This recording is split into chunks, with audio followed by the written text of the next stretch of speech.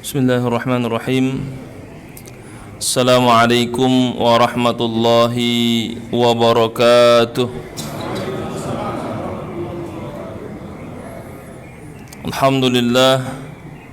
Alhamdulillahilladzi ja'ala syuhural hajji syuhuran mubarakan.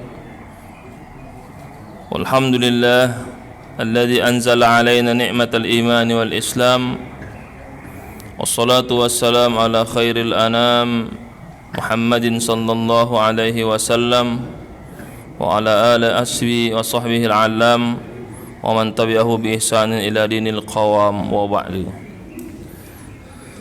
Para jemaah yang saya muliakan dan dirahmati Allah Subhanahu wa taala, mengawali ta'lim kita yang terhenti sejenak karena kegiatan Ramadan dan Syawal, mari kita berdoa kepada Allah Subhanahu wa taala semoga ibadah yang kita lakukan selama ini dan Syawal yang telah kita lewati memberikan kita semangat untuk terus istiqomah dalam beribadah. Yang kedua, kita mendoakan saudara-saudara kita yang persiapan bahkan sudah berangkat untuk melaksanakan ibadah haji di tahun ini. Mudah-mudahan diberikan kemudahan kepada mereka, keberkahan dan menjadi haji yang mabrur. Dan kita yang belum berangkat atau sudah berangkat diberikan juga rezeki dan barokah untuk bisa melaksanakan ibadah haji pada masa-masa berikutnya. Sekaligus mendoakan semoga pandemi ini segera berakhir dan kita bisa mulai hidup seperti biasa dan dengan lebih baik lagi. Wa ala hadhihi niyyah wa kulli du'ain salih al-Fatihah. A'udzu billahi minasy syaithanir rajim. Bismillahirrahmanirrahim. Alhamdulillahi rabbil alamin. Ar-Rahmanir Rahim. Maliki yaumiddin.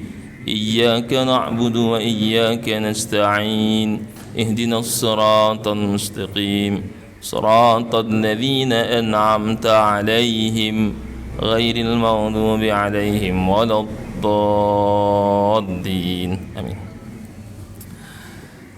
Para jemaah yang saya muliakan dan dirahmati Allah Subhanahu wa taala, materi kita adalah lanjutan dalam kitab Fiqh Surah An-Nabawiyah yang dikarang oleh Profesor Dr. Said Ramadan Al-Buti. Sudah ada terjemahannya. Kita masuki pembahasan tentang Ghazwatu Banil Mustalik wa tusamma bi Ghazwatil Muraisi'.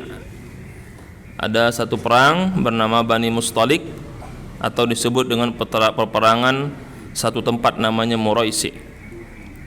Kalau Bani Mustalik berarti merujuk kepada kaum yang mencoba melawan Nabi, sedangkan Muraisi merujuk kepada tempat pertemuan antara pasukan muslimin dengan pasukan kafir atau pasukan kufar.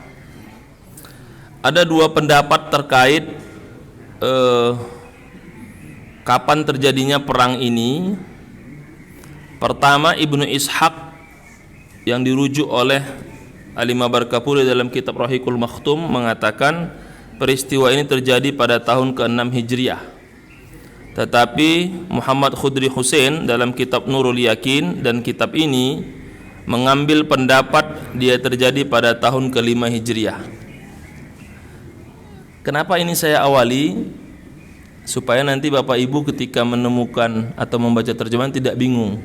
Kok terjemah yang saya baca perang ini pada tahun ke-6 Hijriah, tapi saya baca di internet tahun ke-5 Hijriah. Nah, ini supaya nanti tidak bingung ya. Artinya para sejarawan itu memang ada perbedaan-perbedaan tentang menghitung kapan terjadinya. Sama seperti terjadinya Isra Mi'raj, terjadinya peristiwa-peristiwa, ada beberapa hal yang berbeda. Ibnu Ishaq yang diikuti dalam kitab Rahiqul Makhtum itu menyatakan tahun ke-6 Hijriah. Tapi Nurul Yakin Muhammad Khudri Husain dan kitab ini lebih sepakat kepada tahun ke-5 Hijriah, tepatnya pada bulan Sya'ban. Apa yang menjadi alasan pendapat yang menyatakan ini tahun ke-5 bukan tahun ke-6? Karena yang menceritakan kisah ini adalah Sa'ad bin Mu'az, sahabat Nabi yang masih hidup. Sementara beliau nanti meninggal itu pada perang Bani Quraizah yang kita bahas sebelumnya. Jadi di perang Khandaq beliau terluka parah, lalu makin parah penyakitnya sehingga meninggal pada peperangan Bani Quraizah, di mana beliau diminta pendapat apakah Bani Quraizah dihukum seperti hukuman terhadap Bani Nadir dan Bani Qainuqa, ternyata jawaban daripada Sa'ad bin Mu'adz cukup luar biasa. Apa kata beliau? Hukum mati. Nah, itu yang menjadi pendapat yang luar biasa, karena Bani Quraisyah berharap mendapatkan syafaat dari Sa'ad bin Mu'adz sebagai aliansi dari suku Khazraj dan suku Aus. Lalu beliau meninggal, sehingga pendapat yang mengatakan tahun ke-5 Hijriah jauh lebih kuat dengan mengatakan fa kaifa yakunu Sa'dan hayyan ba'da 'amin min wafatihi. Maka bagaimana mungkin Sa'ad dikatakan hidup pada tahun ke-6 Hijriah kalau ini terjadi pada tahun ke-6 sementara dia sudah meninggal pada akhir tahun ke-5 Hijriah. Itu beberapa pendapat terkait dengan tahun terjadinya perang Bani Mustalik atau perang Muraisi.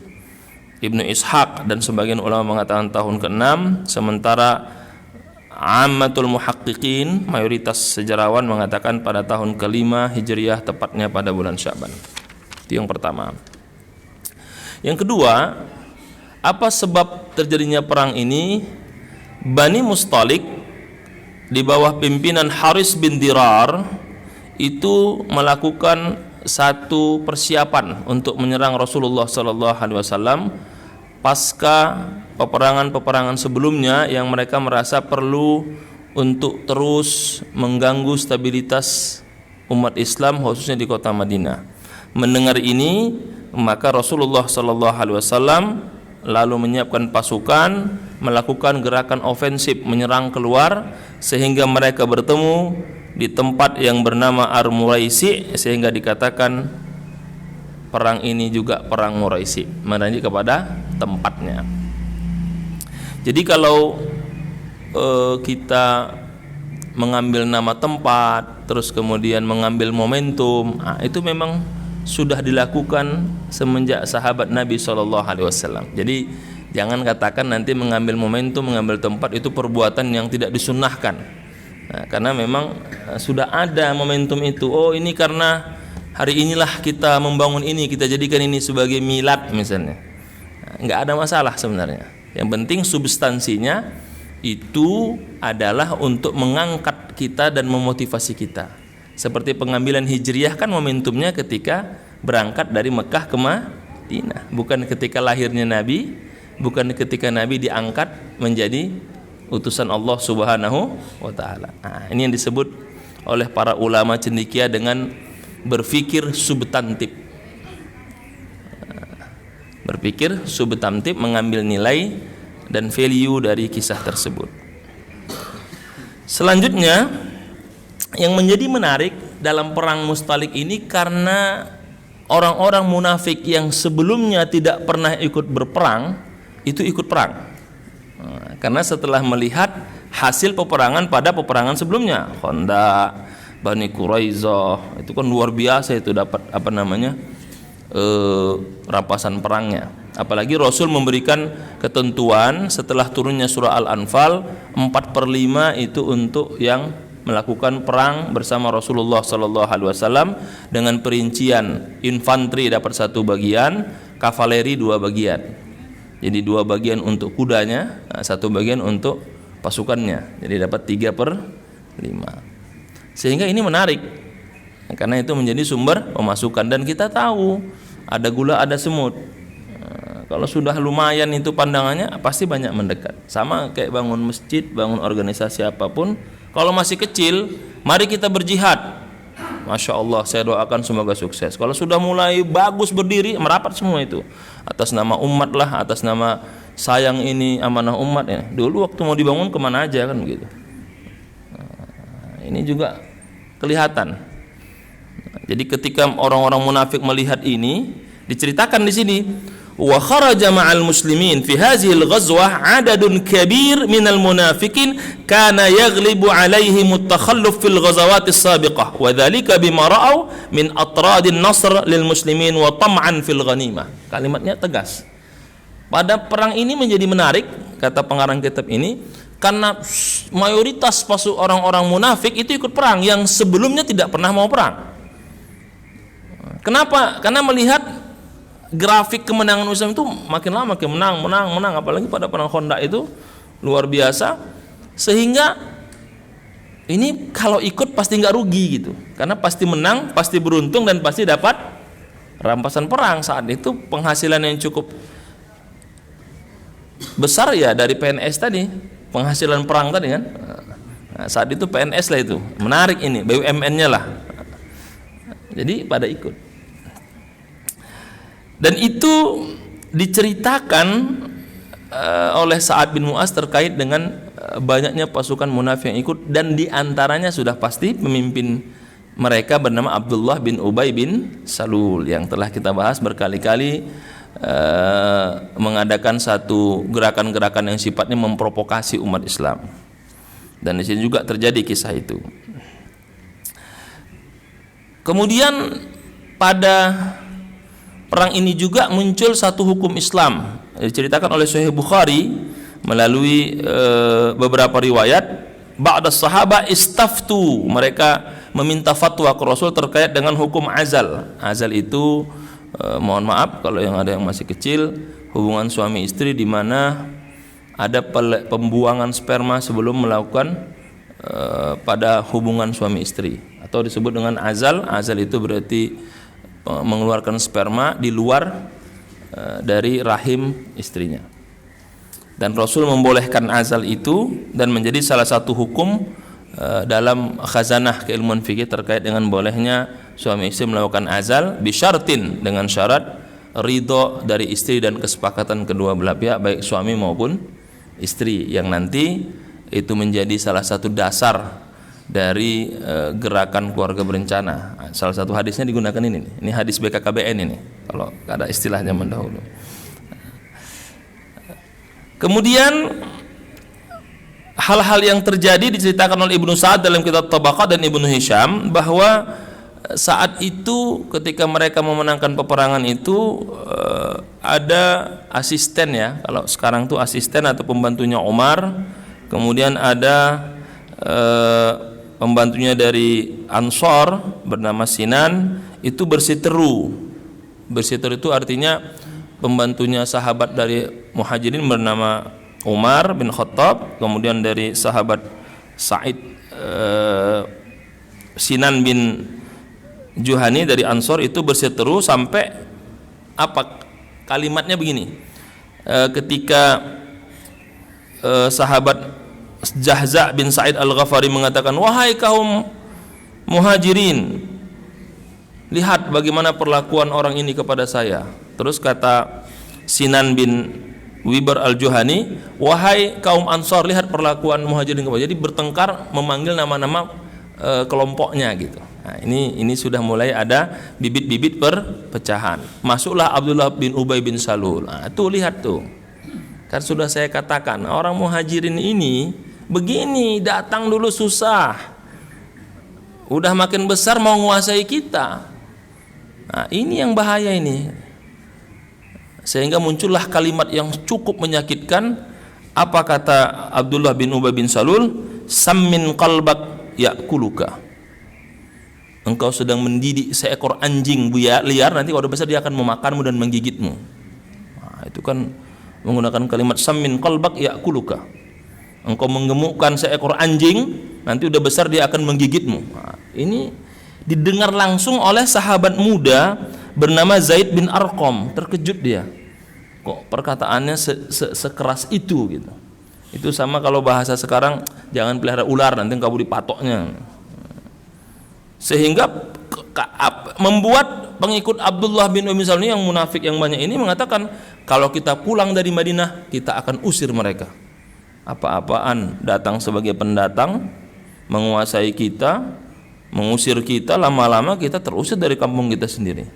Nah, saya kalau membaca dengan saat ini memang ada hubungannya ya. Nah, hati-hati ini pendatang mengusir kita semua begitu ya. Di mana titik temunya? Ternyata berawal dari apa? Kecemburuan dan ketidakadilan kan. Nah, kalau di kampung saya daerah Sumatera itu kan transmigran banyak ya. Nah, itu kan kalau sudah lihat transmigran berhasil, itu cemburunya tinggi itu. itu mah ngambil harta kita katanya. Padahal sebelum datang transmigran itu kemana aja dia tidur aja kan. Transmigran mati dipatok ular, buka ini. Kan ada perkampungan di daerah kampung saya itu transmigran satu kampung meninggal semua. Tapi nggak tahu masuk berita apa enggak itu.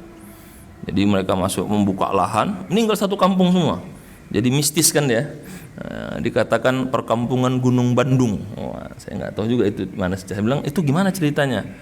Ya dulu ada transmigran satu desa itu hilang semua meninggal, baru dikirim lagi. Oh begitu sejarahnya. Iya, sehingga ada gunungnya itu. Mereka kalau ini masih mistis, menyerahkan apa namanya sesembahan ya. Dirubah sekarang bersedekah katanya. Jadi kalau acara mau ini kasih berdoa. Karena alasnya mendoakan yang telah meninggal, yang hilang di bukit itu satu desa itu gitu. Nah, itu kan muncul itu karena ketidakadilan kan. Apalagi sudah pada sukses, pada ini enak sekali gitu. Saya ketika membaca ini juga berarti bibit-bibit ketidaksukaan terhadap pendatang, berkuasa, isu-isu berarti sudah ada. Jadi kalau sekarang ada isu-isu begitu berarti ya mungkin ada kontak batin dengan Abdullah bin Ubay bin Salul. Karena ada kalimat provokatif yang nanti mengatakan lama-lama nanti kita tergusur. Zaid bin Arqam ketika mendengar kalimat ini melaporkan kepada pamannya. Nah, kalau di kitab ini dia langsung melapor ke Rasul, tapi dari kitab Rahiqul Maktum dia melaporkan kepada pamannya, pamannya menyampaikan ke Nabi, ini ada berita ini. Berubah wajah Nabi. Berubah wajah Nabi. Nah, karena itu kalimat kasar sekali. Nah, ketika berubah wajah Nabi, faqala Umar. Nah, Umar ini kan lagi-lagi sahabat yang sangat responsif dan reaktif. Kata Umar, ya Rasulullah, da'ni aqtuluhu. Berikan aku perintah agar ku tebas ini orang lehernya, katanya. Atau kalau engkau tidak mau menyuruhku, mur Abbad bin Bashar, perintahkan sahabat lain Abbad bin Bashar untuk membunuhnya. Nah, ini kan kalau kita sebagai pemimpin dapat informasi provokatif, gimana Pak? Kita sikat aja. Oke, sikat, kan begitu kan?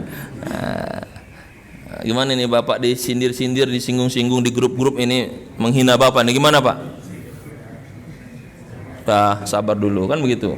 Gimana Pak? Terus-terusan ini Pak? Udah sikat aja, kan begitu kan? Tapi apa kata Rasulullah? Wahai sahabatku Umar, nanti kalau aku perintahkan dan aku izinkan engkau untuk membunuh orang ini, kan begitu kira-kira kalimatnya. Fa kaifa ya Umar idza tahaddasan nasu anna Muhammadan yaqtulu ashabahu. Bagaimana nanti kata orang dan sejarah mencatat Muhammad menyuruh untuk membunuh sahabatnya sendiri. Nah, karena ini kan berita belum diselidiki dan sepakat bahwa sahabat itu orang yang hidup bersama Nabi, ikut bersama Nabi, dan orang munafik ini kan nggak bisa ditebak. Dia ngomong nanti dikonfirmasi enggak, saya enggak ngomong, selesai kan? Dan betul dipanggillah Abdullah bin Ubay bin diklarifikasi. Apa kata Abdullah bin Ubay? Wallahi la aqulu ilal haq. Enggak ada aku mengatakan itu.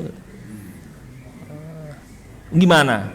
Dia ngomong tapi dikonfirmasi katanya enggak. Gimana kita menghukumnya?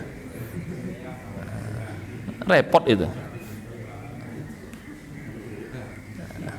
Saya dengar katanya Bapak mengkritik pengurus saya ini dan panitia ini. Benar Pak? Oh enggak, saya enggak mengkritik. Saya cuma mengingatkan, kan begitu kan? Nah, gimana itu mau marah itu? Enggak bisa kita klarifikasi.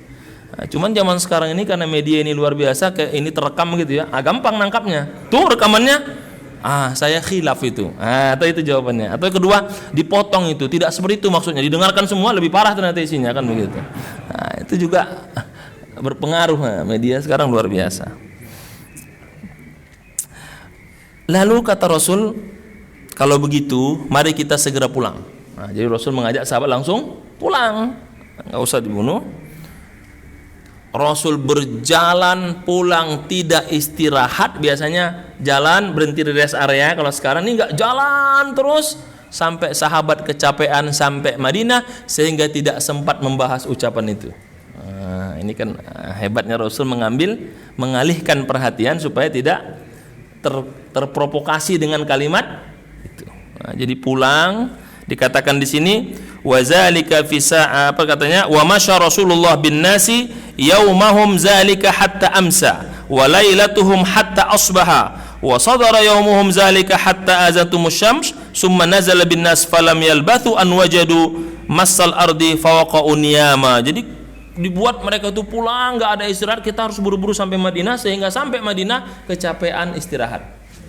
Nah, jadi enggak sempat untuk membicarakan masalah tadi. Tapi beberapa hari kemudian udah hilang capeknya, muncul lagi, dibahas lagi kan, dibahas lagi, dan mulailah terjadi pro kontra di antara para sahabat. Lalu turunlah ayat, dan ucapan Abdullah bin Ubay bin Salul yang menolak dia mengatakan itu, turun ayat. Apa kalimatnya? Hati-hatilah ya Rasul, nanti orang munafik akan berkata, kalau kami kembali ke Madinah, kami akan mengusir orang-orang muhajirin. Turun ayat. Nah, tapi lagi-lagi turun ayat ini tidak semerta Rasul mengatakan panggil Abdullah bin Ubay hukum, tidak, karena buktinya nggak ada.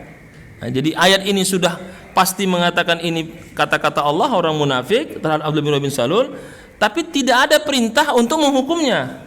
Hanya turun ayat mengatakan benar ucapan orang munafik itu memang dia memprovokasi, tapi dipanggil nggak ngaku. Nah, disinilah titik krusial ketika kita memahami teks ayat salah paham. Udah kata ayat ini, ayat sudah mengatakan, tapi Rasul tidak memerintahkan menghukum Abdullah bin Ubay bin Salul. Kenapa? Karena buktinya tidak ada. Terkecuali turun perintah wahyu, hukum dia, baru kalimatnya. Tapi ini cuman menegaskan bahwa perkataan provokatif itu ada, dan itu dikatakan oleh orang-orang munafik. Tapi perintah untuk menghukumnya tidak ada, sehingga Rasul tidak bisa menghukum Abdullah bin Ubay bin Salul, tapi hanya mengatakan waspada dengan kejadian ini. Dan itu diabadikan sampai turun surat khusus namanya Al-Munafiqun. Tapi mohon maaf Bapak Ibu sekalian, saya dulu di pesantren termasuk salah paham. Jangan Bapak Ibu meninggalkan surat Al-Munafiqun. Saya Ustadz nggak mau baca ini, takut jadi orang munafik. Bukan ya, jangan salah paham ini. Saya ada 2 surat yang waktu santri itu salah paham. Mungkin waktu dengar kiainya ngantuk gitu. Ada 2 surat jangan dibaca, dan saya meyakini itu. Saya bilang, salah paham. Jangan baca surat Al-Lahab dengan Al-Munafiqun katanya. Kenapa? Nanti seperti Abu Lahab katanya. Bahaya ini, jangan salah paham ya. Dan ketika saya santri dengar itu, ketika pengajian setahun yang lalu online ya, ada yang nanya begitu, Ustadz, apa hukumnya kita meninggalkan bacaan Al-Lahab dan Al-Munafiqun? Oh, kenapa Pak? Karena itu kan nanti akan buat kita jadi Abu Lahab dan Al-Munafiqun katanya. Oh, saya bilang ini saya dulu waktu kecil ini, saya bilang. Ditanya ternyata, berarti masih ada sampai sekarang keyakinan itu, sampai ada jemaah online bertanya ke saya saat itu, apa hukumnya enggak baca surah Al-Lahab sama Al-Munafiqun, saya bilang. Saya ketika dengar itu tertegun. Wah, itu kan dulu saya pesantren, masih ada keyakinan itu berarti. Membaca Al-Quran itu disunnahkan dan sangat dianjurkan. Semua ayat itu berpahala. Hanya mungkin bedanya kalau baca Al-Lahab agak bergemuruh hati kita kan begitu kan, tapi semangat baca aja. Karena cerita Abu Lahab atau cerita Al-Munafiqun. Selanjutnya ketika turun ayat ini, semua orang sudah yakin ayat ini untuk menunjuk Abdullah bin Ubay bin Salul. Lihat kalimatnya. Datanglah anaknya Abdullah bin Ubay bin Salul. Ya Rasulullah, aku mendengar ayat ini teruntuk ayahku. Innahu balagani annaka turidu qatla abi. Kau hendak menghukum ayahku dan ingin membunuhnya, dan ayat itu menegaskan tentang ayahku. Ya Rasulullah, berikan aku izin biar aku penggal kepalanya, aku bawa ke hadapanmu. Coba anaknya datang itu. Dan ini jangan disalahpahami nanti jadi ayat untuk melawan orang tua ya.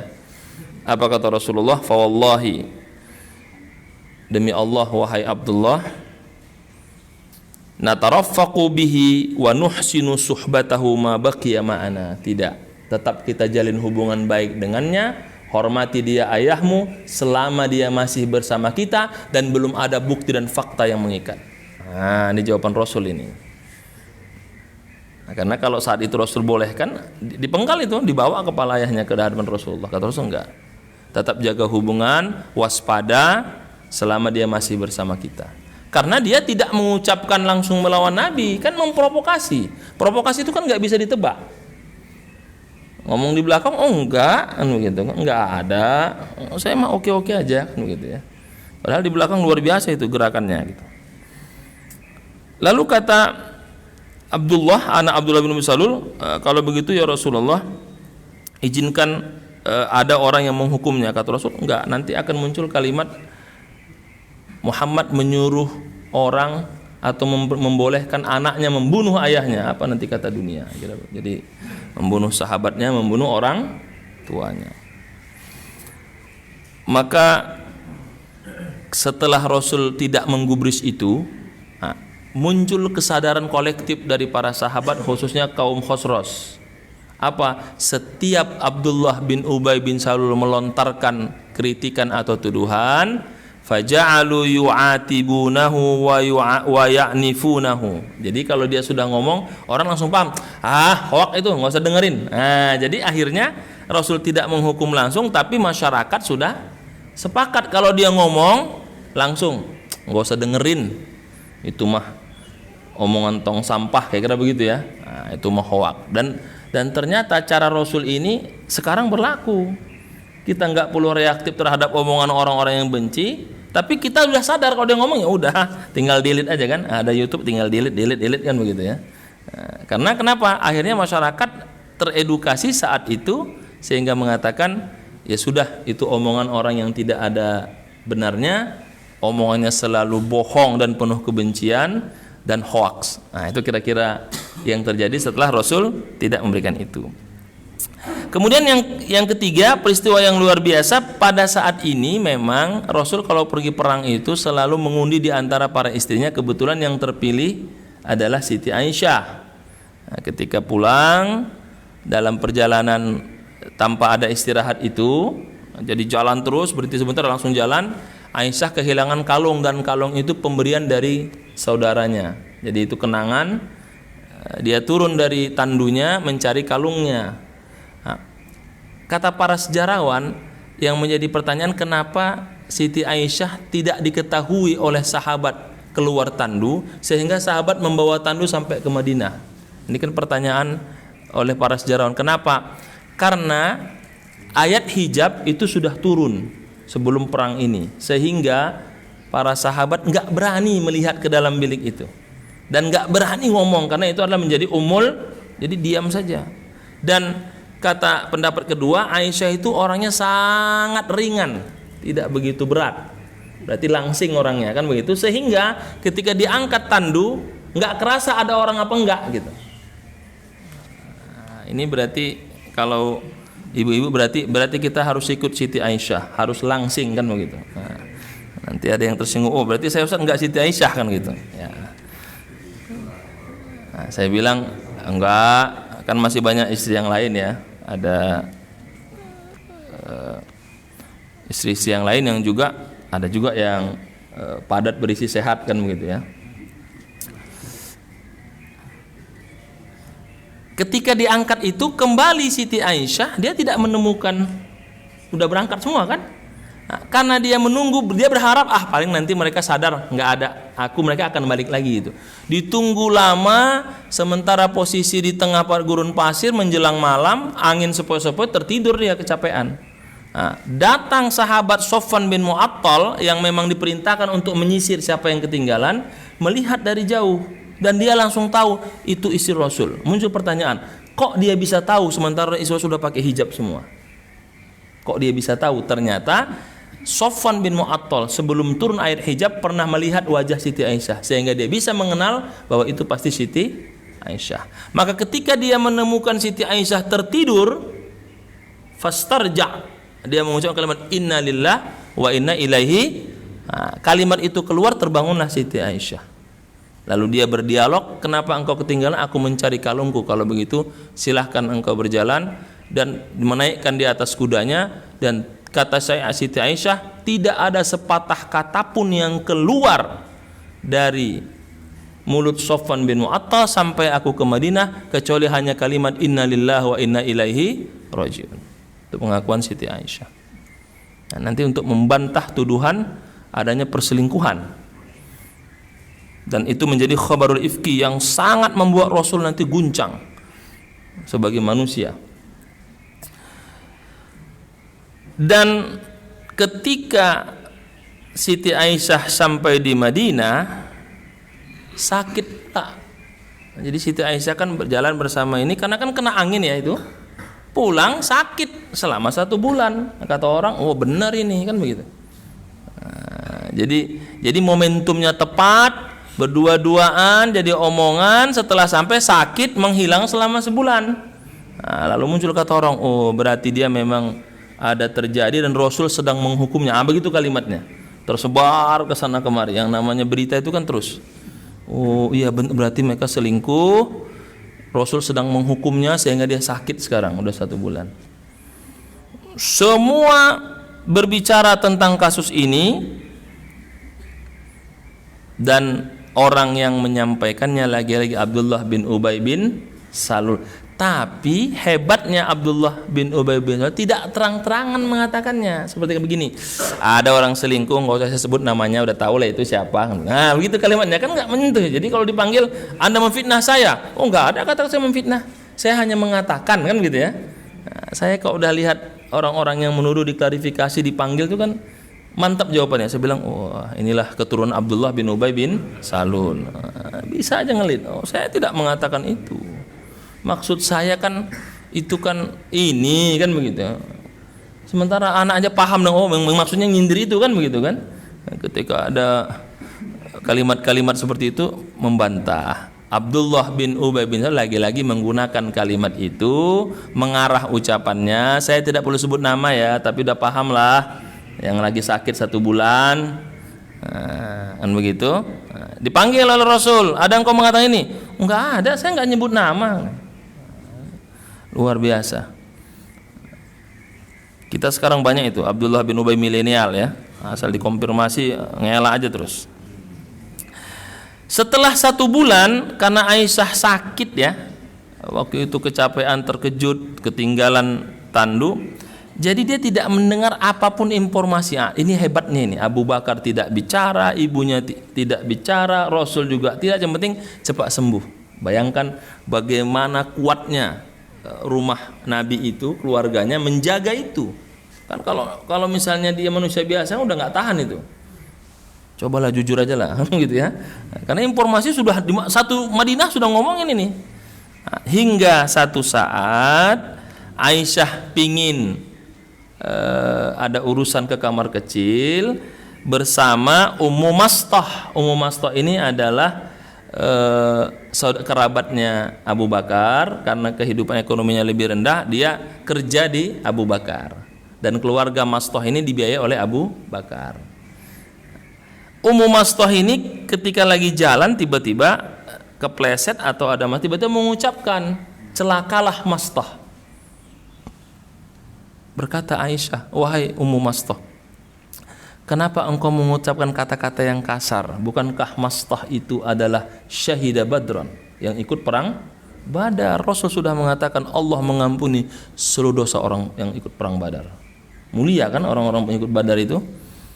Mastah terdiam karena udah terucap kan. Apakah engkau tidak tahu? Ada apa katanya? Sekarang semua sedang menggosipkan dirimu selingkuh dengan Safwan bin Mu'attal, dan salah satu yang terang-terangan mengucapkannya adalah Mastah. Mendengar ini tambah sakit Siti Aisyah. Langsung konfirmasi kepada ayah dan ibunya. Bagaimana konfirmasi itu? Bagaimana sikapmu? Kata ayah ibunya, aku tidak bisa berkata apa-apa. Apakah ibu ayahanda yakin aku melakukan itu? Abu Bakar diam, ibunya pun diam.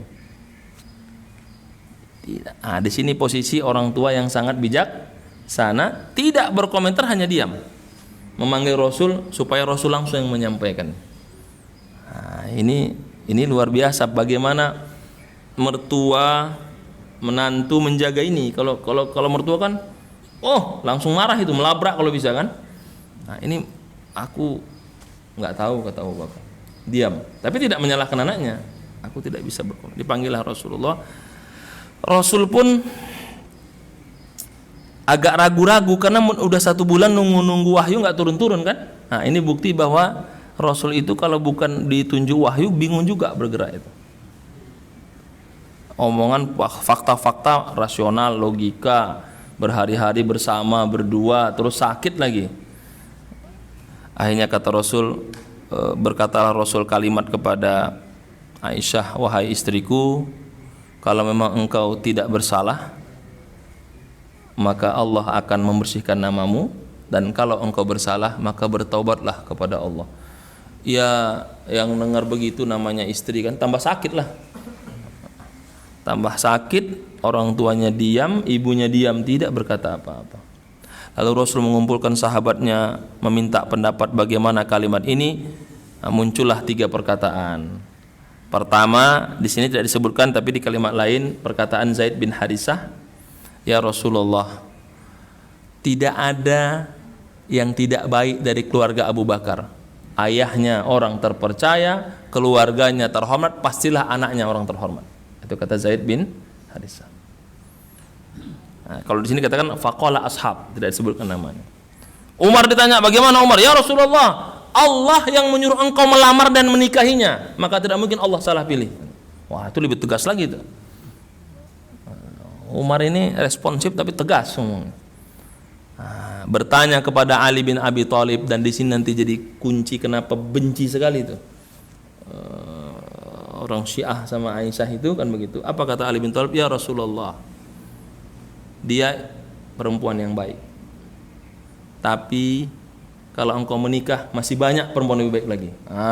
Kalimat itulah yang membuat ketersinggungan yang luar biasa, karena kata-kata itu berpengaruh kan, meskipun Ali tidak menuduh, tapi kalimatnya masih banyak perempuan yang lebih baik lagi. Jangan mempertahankan sesuatu yang sudah rusak, masih banyak perempuan yang lebih baik lagi. Itu kan tidak salah, tapi kalimat itu mungkin bagi orang yang mendengar sebagai korban ya tidak suka kalimat itu. Lalu mendengar itu Aisyah menjawab akhirnya ketika Rasul meminta jawabannya, bagaimana aku menjawab wahai suamiku?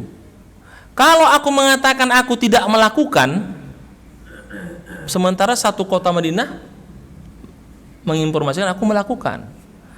Kalau aku katakan aku melakukan, aku tidak pernah melakukannya, maka aku hanya mengatakan kalimat Nabi Yakub ketika kasus terhadap Nabi Yusuf, fasabrun jamil wallahul musta'an ala ma tasifun. Itulah jawabannya.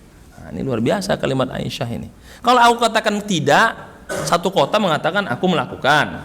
Kalau aku akui aku melakukannya, aku tidak pernah melakukannya, maka aku mengambil kalimat Nabi Yakub terhadap hilangnya Nabi Yusuf. Dia tidak bisa menyalahkan anak-anaknya, padahal anak-anaknya yang menghilangkan Yusuf kan anak-anaknya. Apa jawabannya? Dia tidak menyalahkan anaknya, tidak seuzon anaknya. Fasabrun jamil wallahul musta'an ala ma tasifun. Aku hanya bisa bersabar, biarlah Allah yang nanti akan membuka semuanya. Wah, ini kan posisi Aisyah sudah tersudut, tidak ada mendukung, dia tidak marah-marah.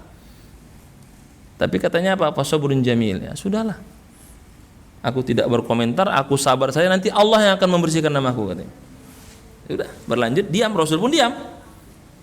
Tunggu sebulan kemudian, berlalu udah masuk 2 bulan, turunlah ayat. Apa kata ibunya? Baru ibunya komentar, wahai anakku, absyiri ya Aisyah, ammallah faqad barra'aki.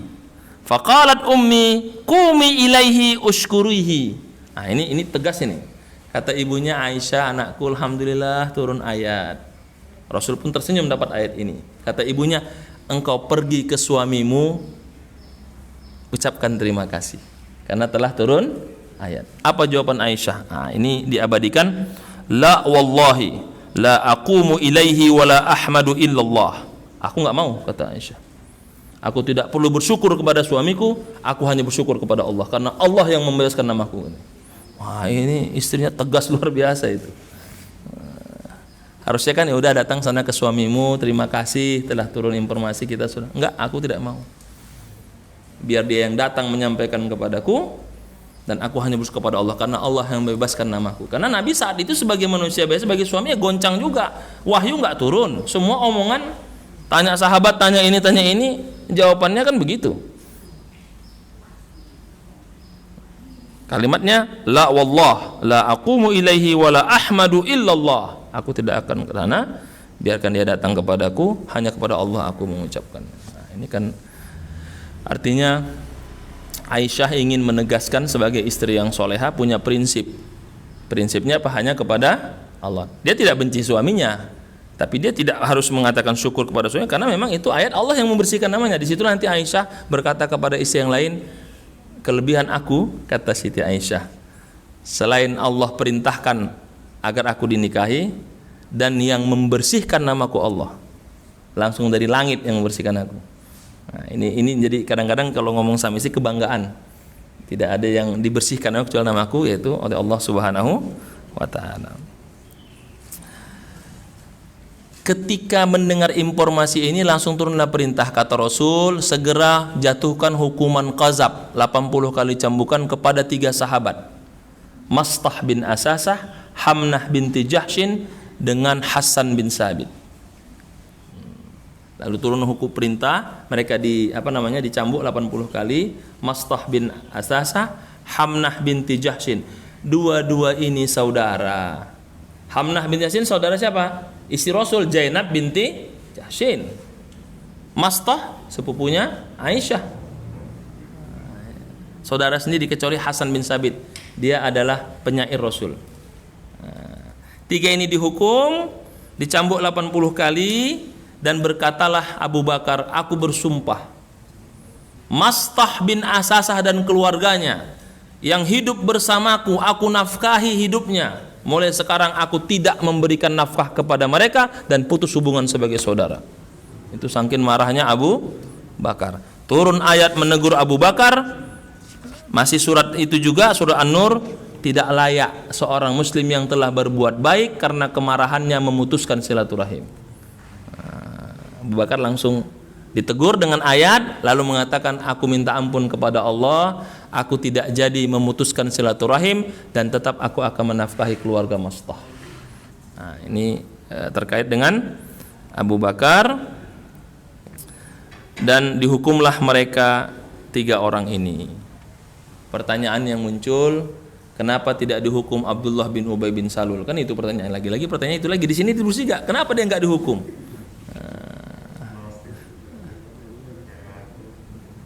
Kata para sahabat, li'annahum kanu mimman afsaha bil fahishah fadarabu haddahum. Kenapa 3 orang ini yang dihukum oleh Rasul?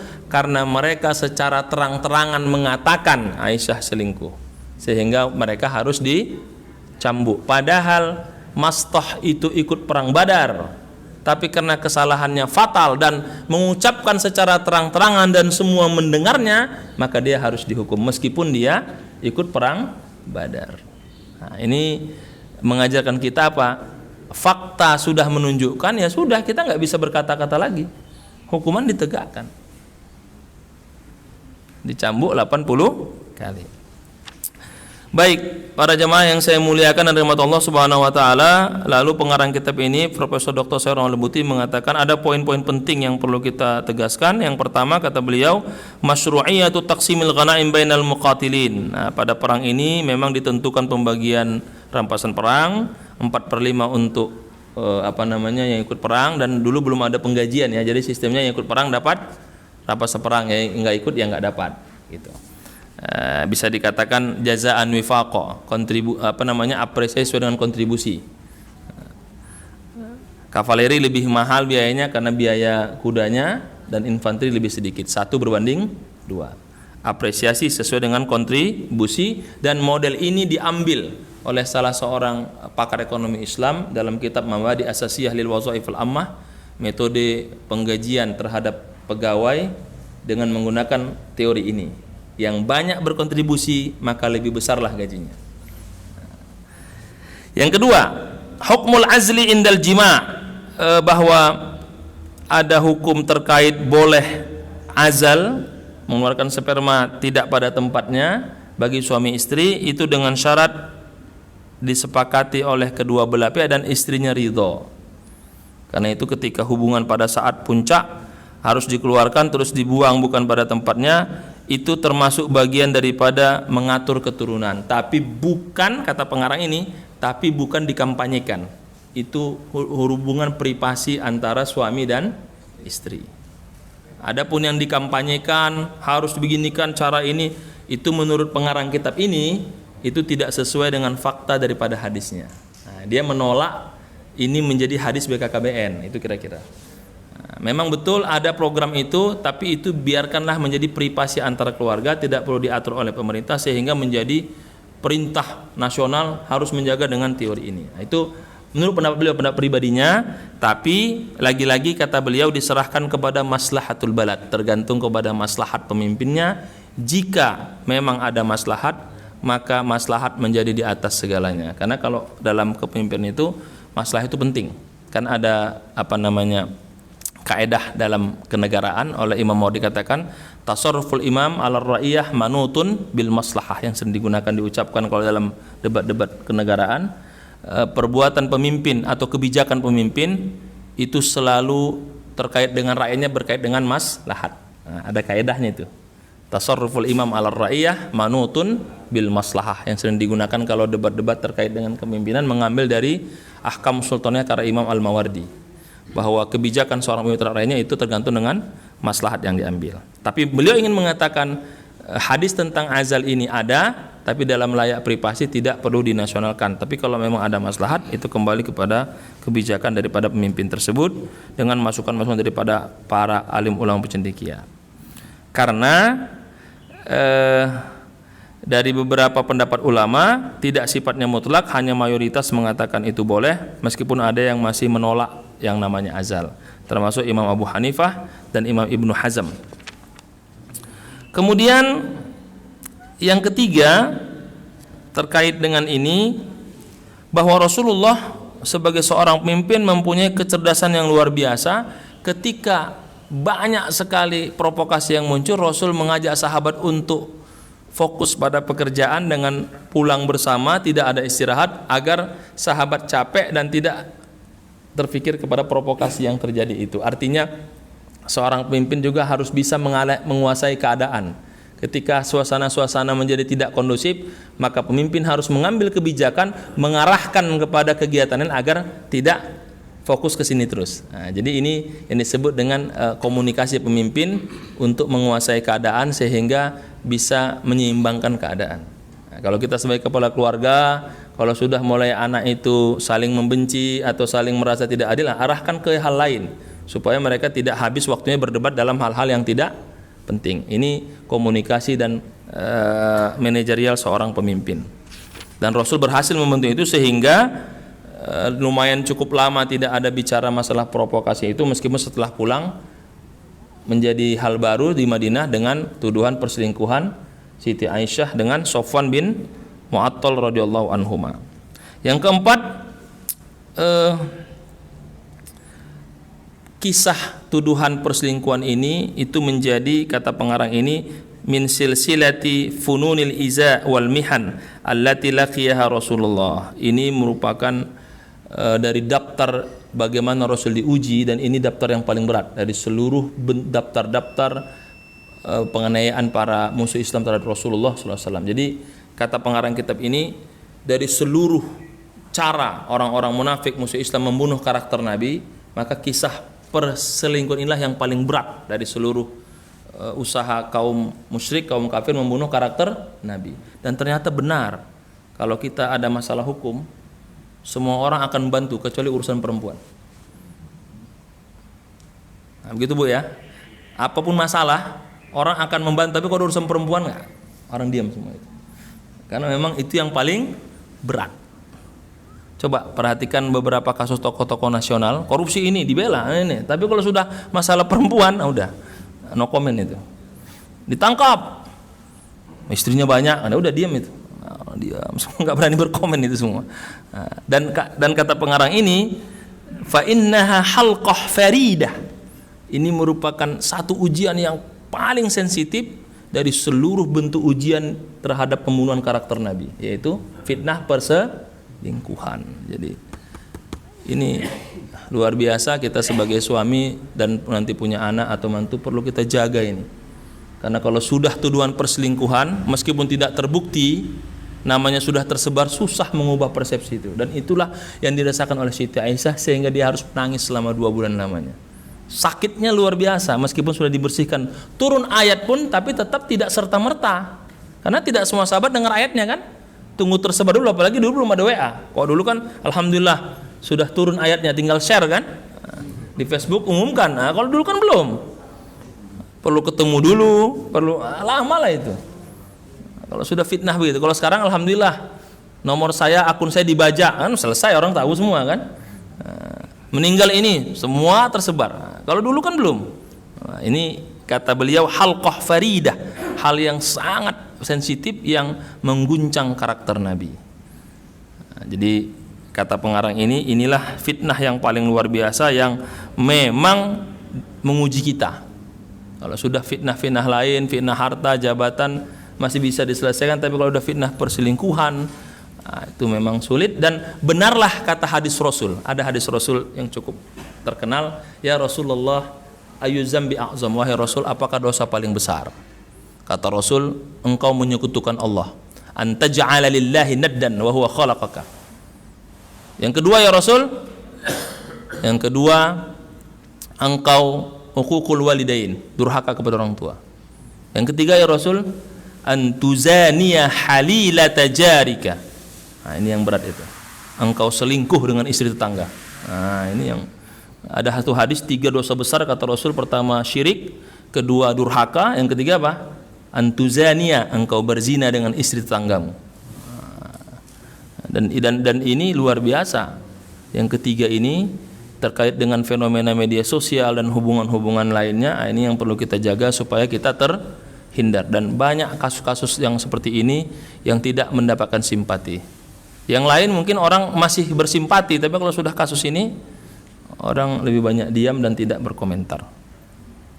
Kemudian kata pengarang kitab ini, sedangkan hikmah yang kelima dari penjelasan ini, beliau ingin mengatakan ada yang disebut dengan syariat haddul qazab. Haddul qazab ini tentang orang yang memberikan fitnah 80 kali cambukan. Ini menjadi syariat, tidak sembarangan menuduh orang, tidak boleh memfitnah orang, pencemaran nama baik itu masuk ke dalam hukum ini dengan 80 kali cambukan. Kalau kita sudah ada banyak ya undang-undang nama baik, karena kita bukan negara Islam, tapi paling tidak perspektifnya sama. Orang yang memfitnah tanpa ada bukti dan mencemaran baik itu juga dihukum sesuai ketentuan yang berlalu. Kemudian pertanyaan terakhir yang saya ulang tadi, terus gimana Abdullah bin Ubay bin Salul kok nggak dihukum, kan begitu? Dia yang menyebarkan fitnah, sahabat jadi korbannya, terprovokasi, dia kok nggak dihukum? Nah, apa kata-kata pengarang kitab ini? Pertama dia mengutip qala Ibnul Qayyim, berkata Ibnul Qayyim, kana yu'alijul hadis minal ifki bainan nas bi khabas fakana yastawshil kalam fihi wa yajma'uhu wa yahkihi fi qawalibin man la yansab ilaihi. Kata Ibnu Qayyim, menghilangkan tuduhan-tuduhan seperti ini memang perlu waktu yang lama dan memang perlu kesabaran. Yang saya bilang tadi, karena sudah kadung viral kan, perbaikinya susah, tuduhan itu sudah besar.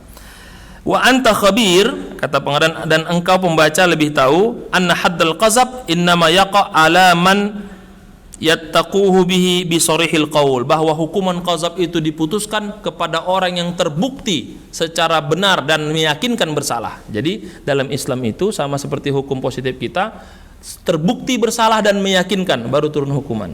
Artinya selama belum terbukti bersalah dan meyakinkan, maka hukuman tidak ingkrah dia. Jadi dalam Islam, karena Abdullah bin Ubay bin Salul tidak cukup bukti, maka Rasul tidak menghukumnya. Apa yang mau saya katakan kepada Bapak Ibu sekalian, di zaman sekarang ketika kita menuduh orang munafik, menuduh orang pengikut ini, menuduh orang tidak istiqomah, kita tidak boleh memvonisnya. Bahkan sampai mengatakan laknatullah alaih sebelum ada fakta-fakta buktinya. Kenapa? Karena Rasul sendiri pun tidak berani menghukum Abdullah bin Ubay bin Salul. Biarlah Allah yang menghukumnya dengan banyak ayatnya, tapi di dunia selama tidak ada bukti yang mengikat dan meyakinkan, maka hukuman tidak bisa ditegakkan. Ini penting bagi kita terhadap zaman sekarang dengan banyak tuduhan. Jangan gampang memvonis jika belum fakta meyakinkan. Mau berdebat di WA, ribut di WA, fakta-fakta, dia kasih ayat ini, dia kasih ini, selama belum ada bukti ingkrah kita nggak boleh menuduh. Meskipun sudah perang opini, satu ngasih Detik, satu ngasih Tempo, satu ngasih ini, satu ngasih ini, kan banyak itu ajang-ajang berita, ujungnya jadinya yang terkenal berita itu karena banyak dikutip, naik dia share-nya kan gitu. Padahal nggak ketemu siapa yang salah ataupun yang benar. Demikian yang dapat saya sampaikan. Kita bisa diskusi lebih banyak. Kalau ada yang salah mohon diluruskan. Wal afu minkum. Assalamualaikum warahmatullahi wabarakatuh. Silakan, ada yang mau dikonfirmasi ditambahkan Bapak Ibu sekalian. Silakan. Ya, silakan Pak. Waalaikumsalam warahmatullahi wabarakatuh. Yap. Yang tiga yang dicambuk, ya. Kemudian yang kedua, apakah tidak ada hak membela sebelum dicambuk? Sudah, hak membela tadi kan Rasul sudah memanggil sahabatnya, bertanya, kemudian mana fakta-faktanya, buktinya sudah jelas, turun wahyu, langsung dilaksanakan. Jadi kalimatnya di situ ya, kata Rasul, wahai Umar, coba tegakkan bukti, pelajari, dan memang saksinya waktu itu mengarah ketiga itu. Dan ya. Ya, karena mereka merasa bersalah, kan sahabat itu kan salah satu tipikalnya sami'na wa ata'na. Kalau sudah bersalah ya sudah, nggak pernah membantah kan sahabat itu. Yang suka membantah kan sahabat munafik. Jadi beda Pak. Bapak punya teman satu kelompok yang sudah percaya sama Bapak, kalau bilang salah ya salah aja, udah selesai, patuh kan. Dan tidak diceritakan mereka memberontak, mereka memang mengaku salah. Buktinya apa? Ketika dihukum mereka tidak menolak. Tidak ada sejarah yang menceritakan mereka meminta banding atau update status, ya Allah saya terzolimi, nggak ada. Tapi kalau Abdullah bin Ubay memang diceritakan dalam Sahih Bukhari, memang dia dipanggil, ditanya, dia mengatakan saya tidak melakukan. Berarti apa yang perlu diambil dari situ? Ya kecerdasan dia menolak tuduhan itu. Dan itu banyak ditiru sekarang. Kalau kita kan salah ya sudah. Masih Bapak ingat kalau saya pernah itu ditilang melewati Lotomat itu. Saya juga yang salah karena saya mau khotib udah telat, saya buru-buru lewat kan di Lotomat itu. Dia stop. Buka, lihat saya pakai jubah mau ini. Pak Ustadz katanya. Iya Pak, saya salah, langsung saya kasih SIM, saya nggak banyak ngomong. Saya mau khotib. Oh, saya diceramah itu. Bapak Ustadz, waduh kacau. Ya udah Pak, saya salah, udah Pak, memang saya salah, saya mau ini, ambil aja. Enggak, saya ambil, saya mau ceramah sama Ustadz dulu katanya. Ceramah. Saya dengerin aja, ya Pak, saya salah. Nih, saya balikan Pak Ustadz. Nah, doakan saya nanti ya dalam khotib. Ya, saya doakan Bapak naik haji, saya bilang. Karena saya udah lengkap, memang saya yang salah. Lewat dikit kan itu dipanggil. Saya masih ingat namanya, nggak usah sebut dia. Ini nama saya Pak, ya doakan ya. Semoga saya barokah katanya. Aduh, saya bilang. Ya Pak, doakan, saya minta maaf, saya bilang. Karena salah kan, nggak perlu saya mengatakan saya mau ini, saya ini, apalagi nanti dengan bangganya, nih kartu saya ulama Kantipmas, pasti disuruh lewat itu, kan betul ya? Iya, teman saya cerita, tenang Pak Ustaz, kalau udah masuk ulama Kantipmas tunjukkan kartu lewat itu KTA, kan saya nggak, udah ngaku salah, ngomong apa? Nah, 3 sahabat mungkin ya begitu, salah ya sudah, ya dihukum, tapi kan dia bertobat. Abdullah bin Ubay nggak mau. Saya tidak melakukan, tapi Allah sudah mencatatkan dia sampai turun surah Al-Munafiqun, apresiasi kepada Abdullah bin Ubay bin Salul. Nah, surat itu kan untuk dia itu. Begitu Pak. Allah alam bisawab. Gimana Pak? Cukup ya? Jika ada lagi silahkan. Silakan Pak. Assalamualaikum warahmatullahi wabarakatuh. Iya, tentang azal.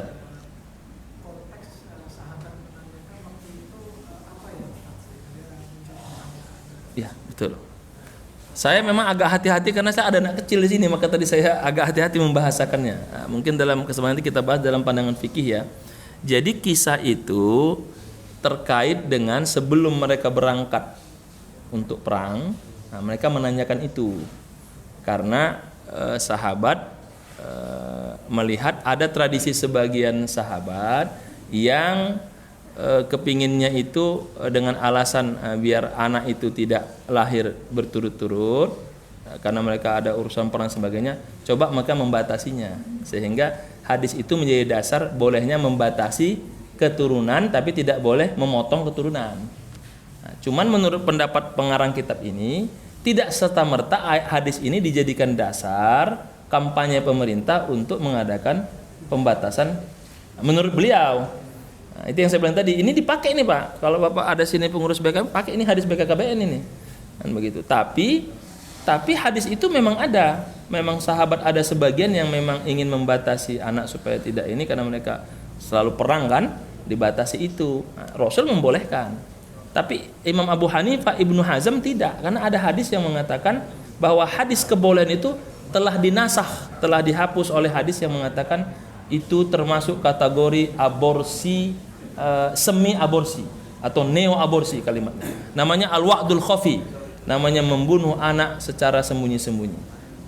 Tapi oleh jumhur ulama tidak, hadis ini kuat sehingga mayoritas ulama katakan boleh, tapi kesepakatan dan ridho istri. Tapi yang Ibnu Hazm, Ibnu Abu Hanifah mengatakan tidak boleh. Dan kalau merujuk kepada perdebatan ulama terkait fikih azal ini, ada benarnya.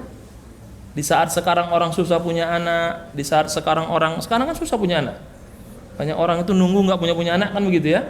Nah, maka azal ini tidak boleh kalau terkait dengan kepentingannya untuk menjaga dan sebagainya. Ada macam begitu. Jadi pendapat Ibnu Hazm, Abu Hanifah itu masuk akal karena dia melihat mafsadatnya lebih besar dengan azal itu.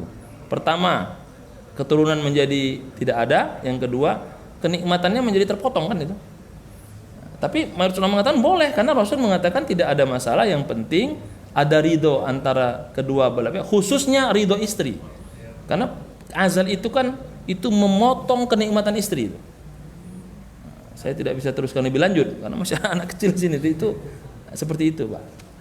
Jadi itu memang hadisnya terkait dengan tradisi sebagian sahabat yang mencoba membatasi, karena kan zaman dahulu itu bisa dikatakan subur ya.